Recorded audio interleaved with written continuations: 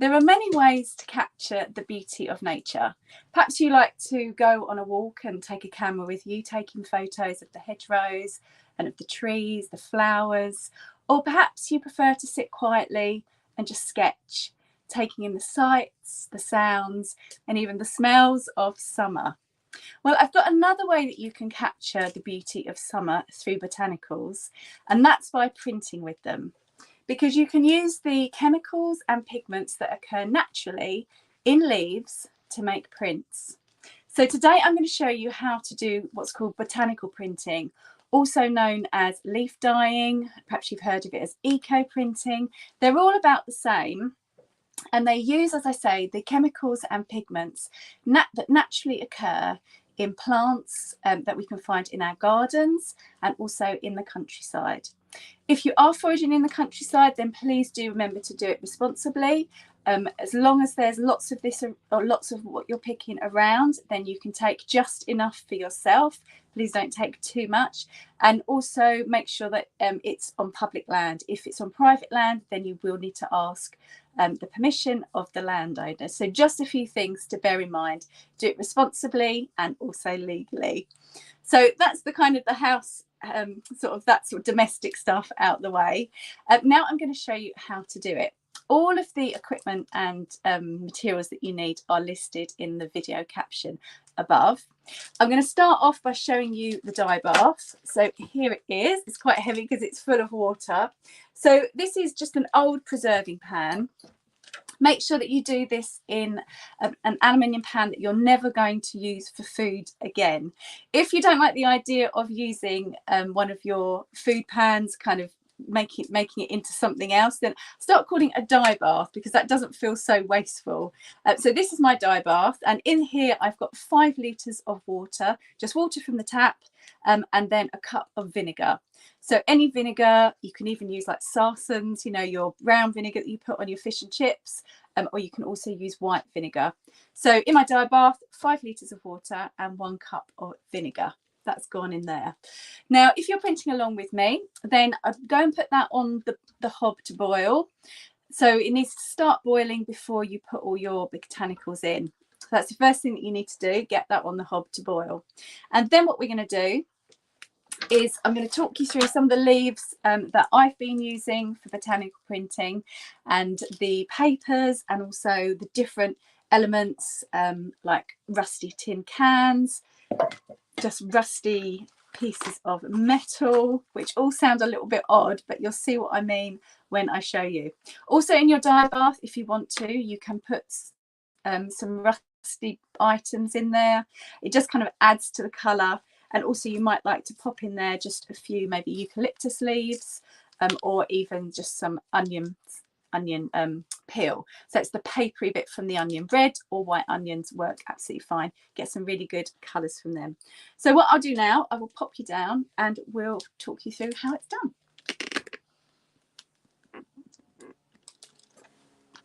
Okay, so here are some that I've done earlier. What I'll do, I'll talk through how to do it, and then I'll explain some of the different, or then I'll show you some of the different effects that you get. So we'll start with just a very basic way to do this. So I've got here just some really nice thick paper. Might be nice to experiment with different weights of paper, different types of paper. You could use watercolour paper, use card, you could even use colour paper, but just make sure it's nice and thick, because once this goes in the water, it's going to be boiling for about an hour. So you want to make sure that it's all going to stay together and not disintegrate. I've also got just a couple of really thick pieces of card. That's going to act to hold everything together. You could use card or maybe just some sort of thin plywood. So start with your base and lay your first card down, piece of card down or paper, and then in here in this spray bottle, it's just water from the tap, and then I've just got a tablespoon, a couple of tablespoons of vinegar, and I'm gonna just spritz that over my paper and start adding my natural elements. So I've got here sumac leaves, This is the tree that you might recognise in the autumn. It's also sometimes called the staghorn tree, I believe. And in the autumn, it has almost furry red berries just in a cluster, like grapes, but up the other way. So this gives a really good print. This sometimes comes out quite purple. It can also come out acid greens. It's fairly experimental, this dyeing procedure, printing procedure. But you can get some really interesting results, really quite beautiful results. And if you notice, I just give a quick spray on that, the top of it as well, put another sheet down and then give it a quick spray. Another thing that's really good to use is leaves from a rose bush. They work really well. And the sort of colours that you're going to expect from them, sort of kind of ochre. You get ochre colours. You can sometimes sort of get black from it. Colours, sort of browns, those sorts of hues. Again, we're going to spritz.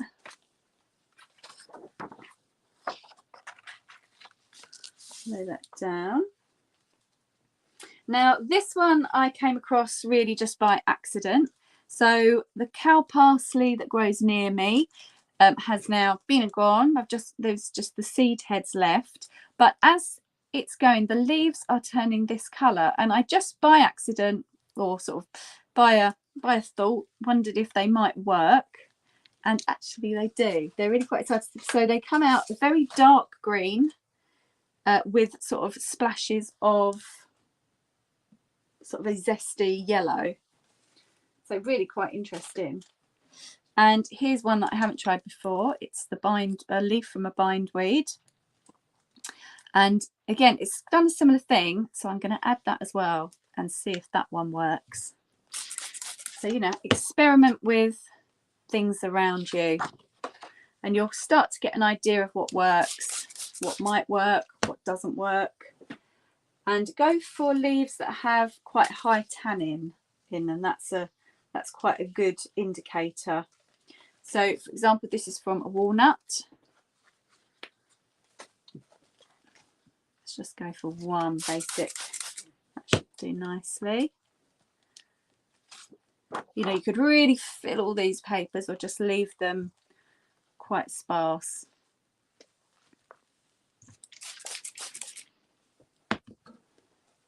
So let's use some onion now. So the papery skin from the onion. Ooh, some more down here.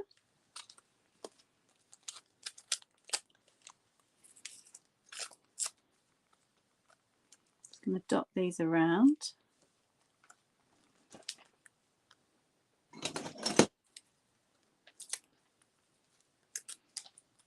And with these, you can see all the layers. When it prints, you can see all of the layers in those papery skins. And then I've just got some eucalyptus leaves as well, which smell amazing.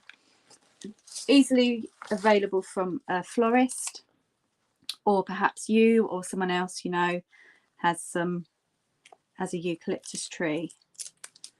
They grow huge if you don't keep them under control. So if a friend's got one, they might be quite glad that you're taking some of the eucalyptus away. So I'm going to fill this one with lots of onion skins and the eucalyptus leaves.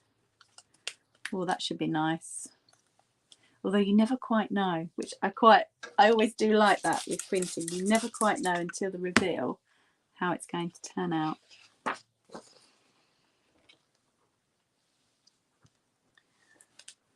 Just check you can see that properly. Okay, what else have I got? Aha, yes, this is another one that I wanted to show you.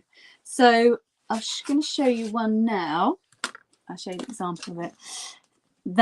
It's almost like a resist. So what's making the print is the rust from this piece of tin can. And what I'm going to do is place a leaf over the tin can and then where that resists the rust on the paper, you're going to be left with this lovely shape of the leaf. I also tried it with some honesty seed heads and also some cow parsley seed heads. So it's quite a nice one to try. So you lay the piece of rusty tin can down, and I got some ivy leaves especially for this. I thought they might be quite good because I know that those leaves aren't going to disintegrate. That's another thing you just want to make sure of. So I wouldn't use petals for this. They could quite easily disintegrate. Use that, and I'm not going to put anything else on that. Just give it a good spritz. Sure everything's okay, and then pop that down on top. So I'll do, I think I've got another one of those somewhere. Oh yes, because I wanted to try that out again. Let's pop another sumac leaf on, so just a smaller one, and I might put some around it. And you can fit around 20 or so pieces of paper into these. There, let's try with that. And then I want to try another resist.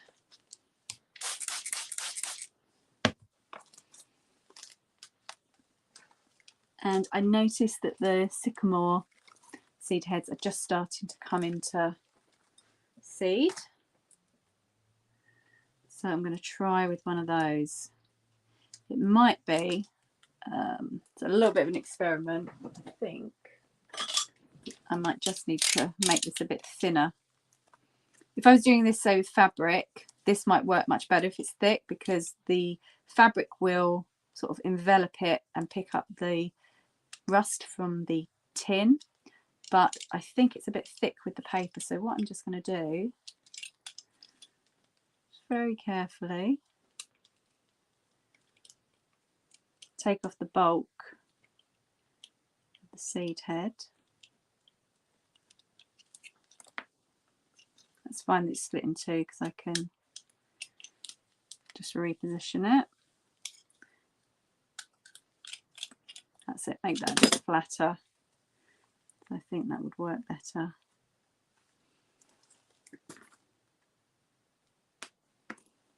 And I'm also going to add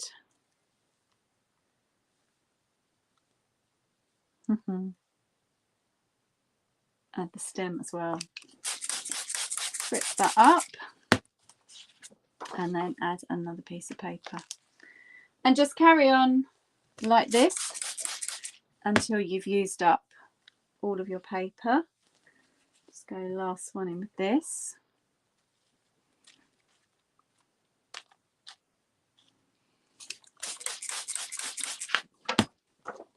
Put your final piece of paper on and then grab the other cardboard, other piece of thick card, and then using either bulldog clips, just 4 nice big ones around the sides.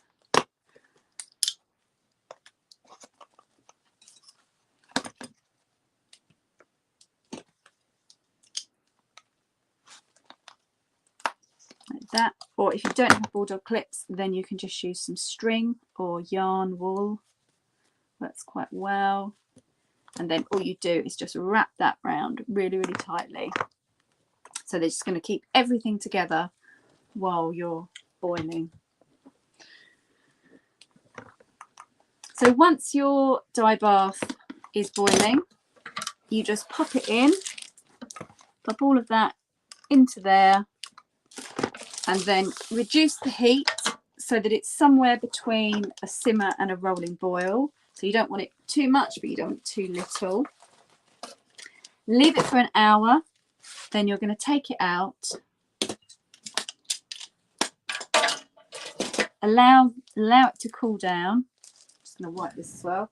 Allow it to cool down, and then you can reveal your prints.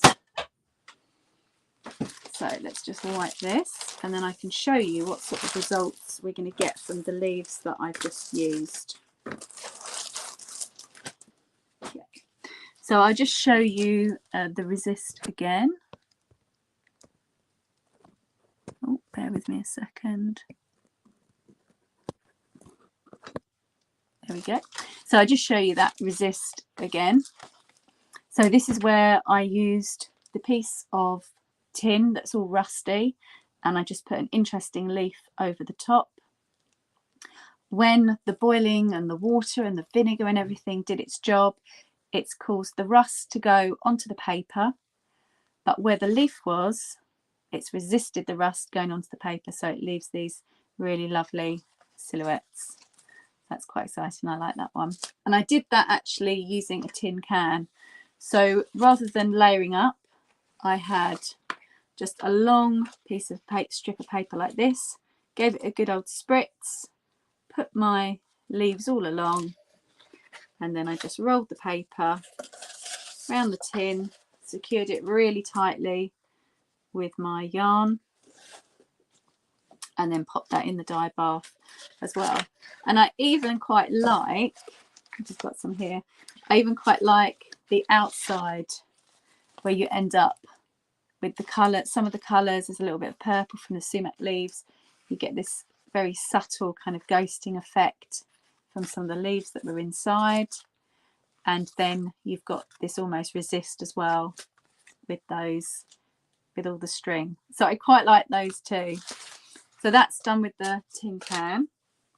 And then here's just some examples of what we've used today.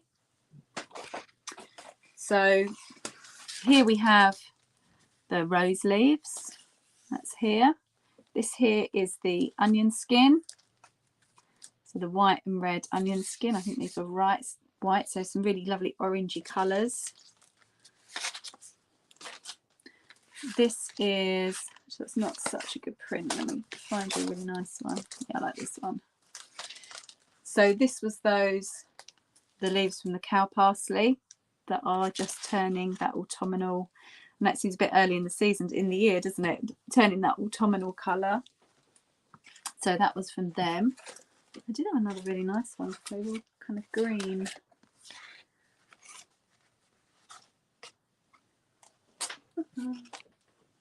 No, I'm sure it's somewhere. This is the sumac. So that's actually see that was together like that. So this is the sumac. So we've got some really quite subtle prints here. I think it almost looks like they've been pressed and they're laying on water. Gorgeous. And then this one here with the sumac again, but slightly more defined, slightly darker colours. So as I say, you never really know what you're going to get. And part of this is just the beauty of doing it.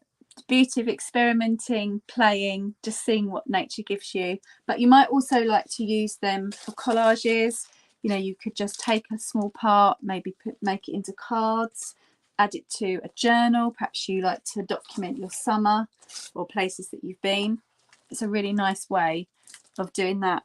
And I think along with sort of sketching, rather than taking photos, as you're in nature, you're foraging for all the different plants, then you can really remember that moment. And I think that's so special, especially in summer when it's so much easier. You actually feel like getting outside rather than snuggling on the sofa with a duvet.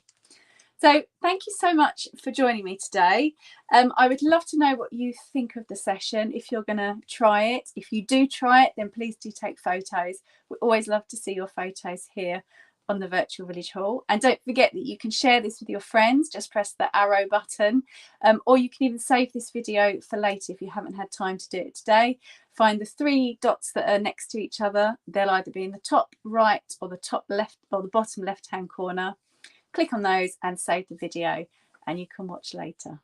So thank you so much again for joining me. Have a great day, and I look forward to seeing your prints. Take care, and I'll see you soon. Bye.